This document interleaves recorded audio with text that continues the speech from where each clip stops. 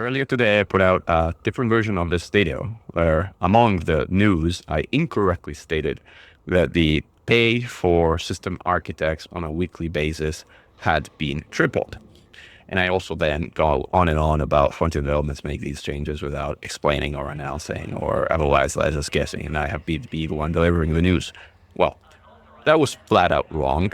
I was misled in that the system architect payment from the last time I checked was 10,000 credits per point roughly, and the most recent one I had received was 3 times as much. And I thought this worked like carriers, where you get a weekly update, mod mail, regardless of whether you log in or not. But what really happened here was that I hadn't logged in for 2 weeks on this alt account of mine. And as a result, 3 payments got combined into one. And what looked at being like tripling of the truly abysmal payments actually is instead 3 weeks of payments combined in one game mail. So the dream has been slashed, and I have been proven factually wrong, and all the commentary about announcements is nonsense.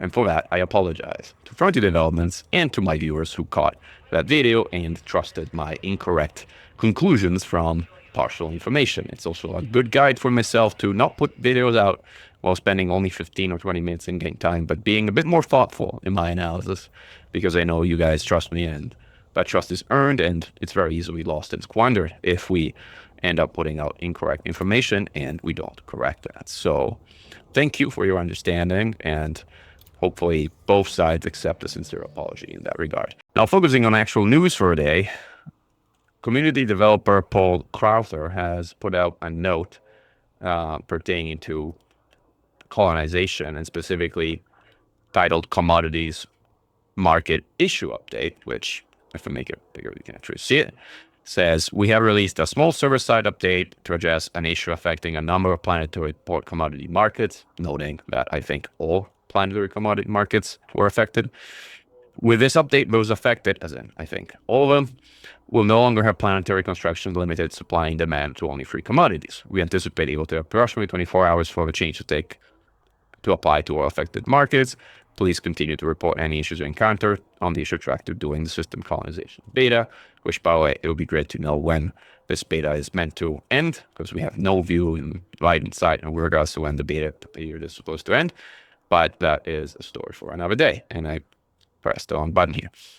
So what is this thing, and what is actually happening? What's actually happening, or was happening until they fixed it, and it does seem like the fix actually worked, was that most planetary ports were producing only 3 random commodities in their commodity market. And the same was true on the demand side. So they were effectively broken.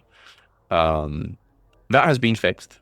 The challenge, however, is that the planetary ports, like Heroes of Mankind, for reference, which are of colony type, as in they haven't actually updated their economy with the old system, still haven't updated their economy. So Heroes of Mankind still only makes hydrogen fuel, and the overflowing, ubiquitous at this point in time, biowaste that all colony market types make, unfortunately, still now.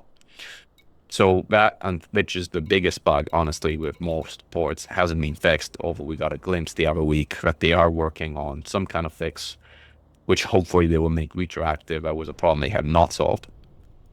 But nevertheless, this is something that hopefully is still on the radar, because the fix they put out today doesn't fix that at all.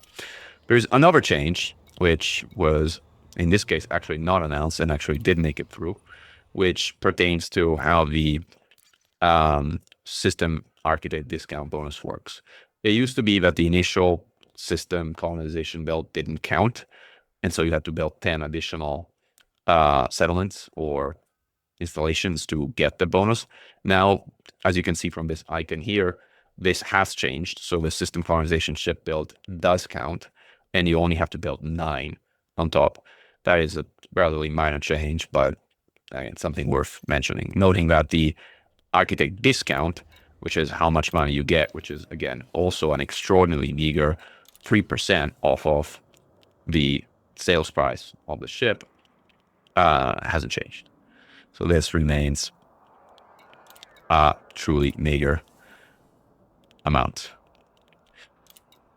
So that's the news we had for today. In other news, beyond specifically the update for today, we are hosting an event called for shares in California, which is a reiteration of a famous Finance Fridays of the Anti-Casino Initiative, where every commander is invited to join us for a lot of credit making this Friday.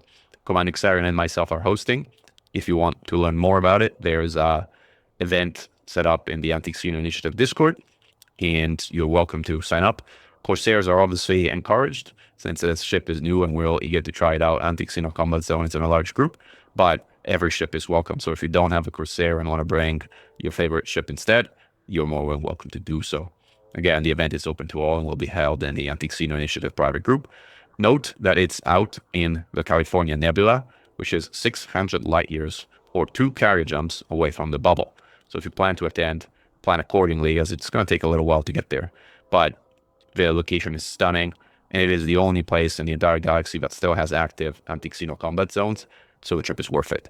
You'll see that you'll make really good money, and you'll have a blast, and it's overall a worthwhile experience that I would recommend you consider. Also in the news, Commander Barefoot and I are well underway in the creation of the successor album to Glorious to Mankind, which has been an incredible hit, as in just on Spotify, it has almost 100,000 streams now from almost 10,000 people. And if you combine all the other services together, something like 200,000 streams from almost 20,000 unique listeners. It's an incredible success for something that is fan music of a 10-year-old game, and we're just blown away by the reception it has had, and we're delighted to work on a sequel. We have some pretty cool stories to tell, and it's coming along pretty nicely. So stay tuned for more information on the album that will be named Heroes of Mankind as a sequel to Glory to Mankind. That's all for today. Commander Mechan, over and out.